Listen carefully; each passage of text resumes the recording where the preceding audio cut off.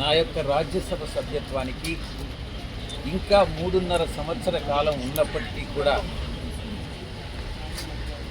రాజీనామాని ఉపరాష్ట్రపతి గారు మా యొక్క రాజ్యసభ చైర్మన్ అధ్యక్షుల వారికి సమర్పించడం జరిగింది.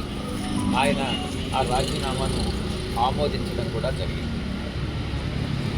ఎందుకు సార్ రిటైర్మెంట్ ఎందుకు ప్రకటించారు సార్? రాజకీయాలకి పూర్తిగా వ్యక్తిగత కారణాల వల్ల రాజీనామా మాత్రమే కాదు, రాజకీయాల నుంచి కూడా తప్పుకోవాలన్నటువంటి నిర్ణయాన్ని తీసుకోవడం. వైఎస్ఆర్ కాంగ్రెస్ పార్టీ కష్టాల్లో ఉన్న సమయంలో మీరు పార్టీని వదిలేసి వెళ్ళిపోయారనే విమర్శలు కూడా వస్తున్నాయి సార్. వైఎస్ఆర్ కాంగ్రెస్ పార్టీ 2019 ఎన్నికల్లో 151 స్థానాలు సాధించుకున్నది. 2024 ఎన్నికల్లో 40% ఓటింగ్ సాధించుకున్నది. జగన్మోహన్ రెడ్డి గారు అత్యంత ప్రజాదరణ కలిగినటువంటి నాయకులు. నాలాంటి వాళ్ళు ఆయనకున్న ప్రజాదరణ తగ్గదు అన్నటువంటిది నా ఉద్దేశం. సార్, మీరు రాజీనామా కానీ ఇవన్నీ విషయాలు గతంలో ఏమన్నా జగన్మోహన్ రెడ్డి గారి దృష్టికి తీసుకెళ్లారా? లేదు నేను వ్యక్తిగత కారణాలతో రాజీనామా చేయాలనుకుంటున్నాను అనేటువంటి అంశాన్ని మీ పార్టీలో ఉన్న ముఖ్యులకు కానీ జగన్ గారి దృష్టికి కానీ తీసుకువెళ్ళారా? రాజకీయాల నుంచి తప్పుకోవాలని వ్యక్తిగత కారణాల వల్ల నేను నిర్ణయించుకున్న తర్వాత జగన్మోహన్ రెడ్డి గారు లండన్లో ఉన్నారు. ఆయనతో నేను ఫోన్లో మాట్లాడి అన్నీ చాలా వివరంగా వివరించడం జరిగింది. అన్నీ వివరించిన తర్వాతనే నేను ఈ రాజీనామా పత్రాన్ని అధ్యక్షుల వారికి సమర్పించడం జరిగింది.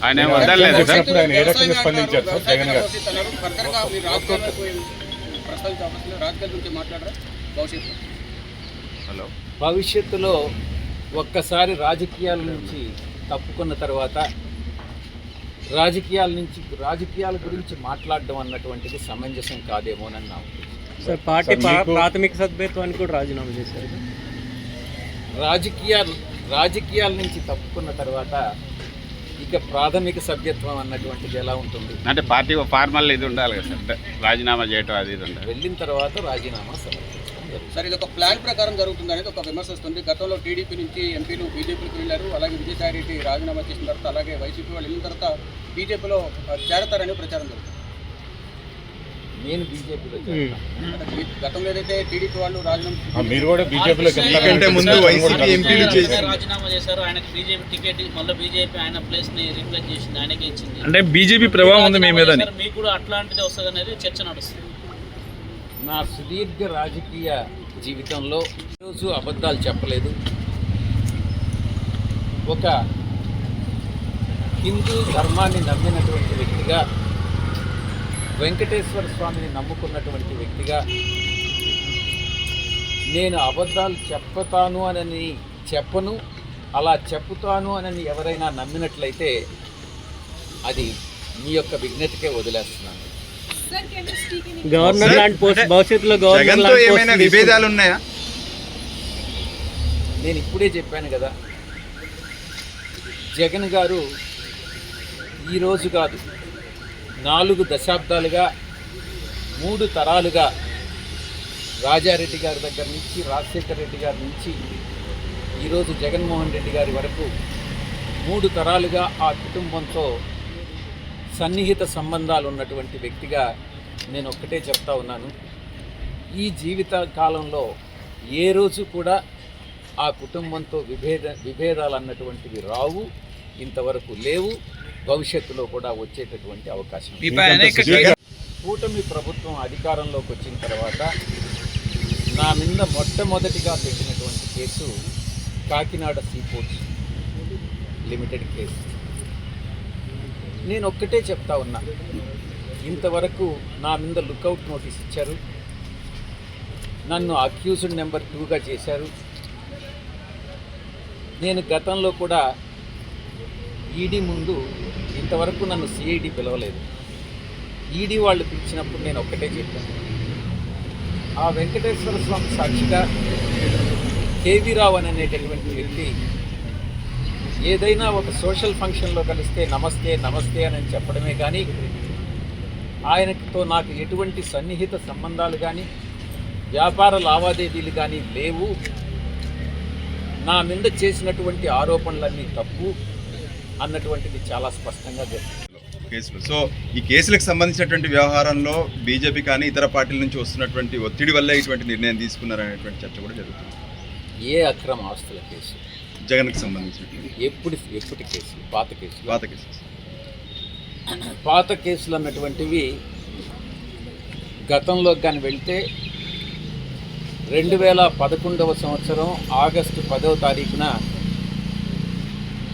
ఎఫ్ఐఆర్ ఫైల్ చేయడం జరిగింది. 2011 అప్పట్లో ఎన్నో ఆశలు చూపించినా కూడా నన్ను అప్రూవర్గా మారమని ఎంత బలవంత పెట్టినా కూడా దైవాన్ని నమ్ముకున్నటువంటి ఒక వ్యక్తిగా, ఆ కుటుంబానికి సన్నిహిత సంబంధాలు కలిగినటువంటి వ్యక్తిగా నేను అప్రూవర్ కావడానికి నిరాకరించాను. ఆ రోజు పరిస్థితే ఈ రోజు కూడా. ఎటువంటి పరిస్థితుల్లో దైవాన్ని నమ్మేటటువంటి వ్యక్తి ఎప్పుడు కూడా అబద్ధాలు చెప్పడు, ఒక వ్యక్తికి మోసం చేయడు, నమ్మక ద్రోహం అన్నటువంటిది ఉండదు, వెన్నుపోటు రాజకీయాలు, వెన్నుపోటు వ్యాపార లావాదేవీలు ఉండవు అని నేను చాలా స్పష్టంగా చెప్తాను. అయితే ఆయన పిల్లల మీద ప్రమాణం చేసి చెప్పండి, నేను చెప్పేది నేను నిజంగా విక్రాంత్ రెడ్డిని ఆయన దగ్గరికి పంపించాను అని అన్నటువంటి విషయం నేను నా పిల్లల మీద ప్రమాణం చేసి నేను చెప్తాను. నాకు కాకినాడ సీపోర్టు విషయంగా ఆ ట్రాన్సాక్షన్ గురించి ఏ రోజు నాకు ఎవ్వరూ చెప్పలేదు, నాకు తెలియదు. కేసు పెట్టిన తర్వాత పూర్తిగా వివరాలన్నీ సేకరించిన తర్వాత అప్పుడే నాకు కాకినాడ సీపోర్టు అరవిందో వాళ్ళు అక్వైర్ చేశారు, 42% ఏదో అక్వైర్ చేశారు అన్నటువంటి విషయం తెలిసింది. సార్ ఆ వాటాలు మళ్ళీ వెనక్కి ఇచ్చారంటూ చెప్పారు. విక్రాంత్ రెడ్డి అనే అతను నాకున్న పరిచయం చాలా చిక్కి పిల్లవాడు. ఎక్కడైనా కనపడితే ఎలా ఉన్నావు విక్రాంత్ అంటే ఎలా ఉన్నావు అన్నటువంటిదే కానీ విక్రాంత్ రెడ్డి నాకన్నా ఎక్కువ పరిచయాలు ఉండేటటువంటి వ్యక్తి.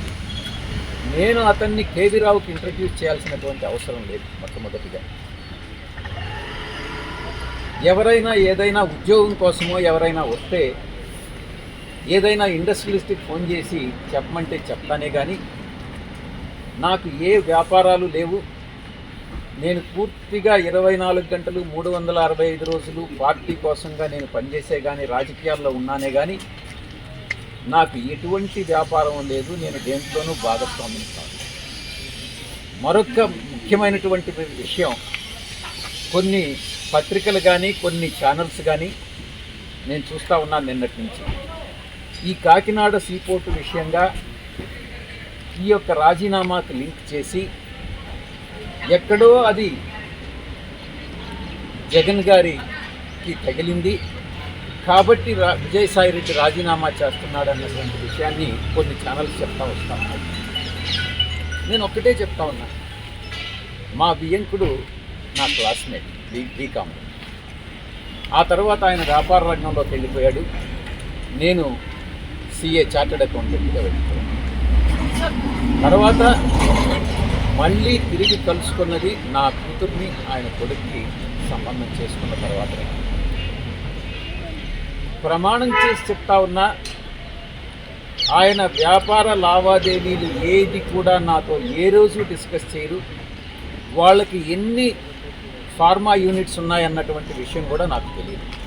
ఎందుకంటే కుటుంబ వ్యవహారాలు సక్రమంగా ఉండాలి అని అంటే ఆర్థిక వ్యాపార లావాదేవీలు ఉండకూడదు అన్నటువంటి విషయం నేను బలంగా నమ్ముతాను. వాళ్ళు ఏం చేస్తున్నారు, వాళ్ళ వ్యాపారం ఏంటి, దాంట్లో జోక్యం చేసుకోవడం అన్నటువంటిది మంచిది కాదు అన్నటువంటి ఒకే ఒక సిద్ధాంతంతో నేను ఏ రోజు కూడా భగవంతుడి సాక్షిగా చెప్తున్నాను, వాళ్ళ వ్యాపారాల గురించి నాకు తెలియదు, తెలుసుకోదలుచుకోలేదు, భవిష్యత్తులో కూడా నేను జోక్యం చేసుకోను.